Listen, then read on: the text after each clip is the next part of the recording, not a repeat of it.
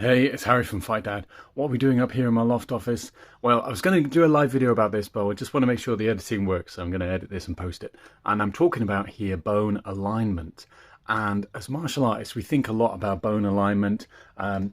Like pointing a gun if I'm going to be punching, so my top two knuckles are aligned with the bones in my forearm. That means that all the force can go directly through from that forearm. We think about aligning our hips and legs if we're going to do something like a hip throw or a takedown. Think about aligning our spine if we're going to be tackling somebody. If our spine is rounded over, then there's poor power transfer and so on. But how often we think about aligning our toes and feet? So graphic warning, if you don't like looking at people's feet, you're about to see my foot. If you really like looking at my feet, then you're a bit weird. Keep that shit to yourself. Anyway, here we go. All right, hopefully you can see this here. And this is my right foot, obviously. For me, and I've been working really hard on getting this kind of gap between my toes and my toes all separated. Now, the idea here is that the bone in my foot from my big toe knuckle up towards my ankle is about that line there. And I don't really wear normal shoes or normal trainers anymore because I was finding that they were squishing my toes together like this. And if you've ever seen somebody with a bunion, which is like this big kind of growth and soreness on the outside of the toe, that's partly from this toe being squished in. It's a genetic component too, so maybe this won't affect you as much as it affected me. Editor Harry here. I didn't actually have a bunion, but I did have pretty immobile and kind of useless club-like feet. That's what I'm talking about here. Even though it seems like the implication is I had a bunion, I didn't have one. All right, back to the video. But when my toes are all squished up like that in a shoe for most of the day, then I'm going to take my shoe off.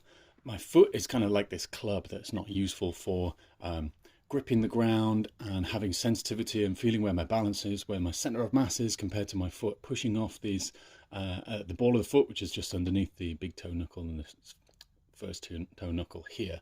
So I've been trying to work hard to align my toes with the bones of my feet. Next toe with the bone in the foot there.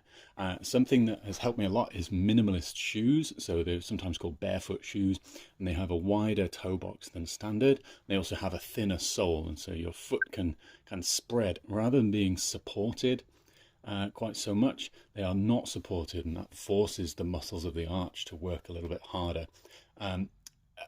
Again, I can't stress enough that this has worked well for me, and because of whatever your genetic component and your existing kind of structural component is, it may not work for you. But a little exercise you might like to try to work on this toe mobility and also the joint that's in the center of the foot here is mash all your fingers between each toe. So I've got my fingers all the way through there. That's it. And just give it a good squeeze and a little twist. And this is like pretty extreme, but for me it works really well for kind of toe mobility. So I'll even hold the other end of my foot and give a little twist. So you know I'm getting some motion in this part of my foot here. There is the joint there. See, my heel's not moving. That part of my foot is moving. And that's a pretty good exercise for toe mobility. And once you've loosened them up here, I'm going to try and work on, can I pick up my big toe independently? It takes a bit of focus and effort. Pick up my 4 other toes together. Yeah, cool. Big toe. Nice. And the way that I can train myself to do this is by helping my big toe, my other toes flatter, help my big toe up. I kind of tense my muscles and there I'm going to hold it. I'm going to hold it, and that's training the motor engram, which is which muscles need to fire in my tibialis and shin and top of the foot to hold this toe up.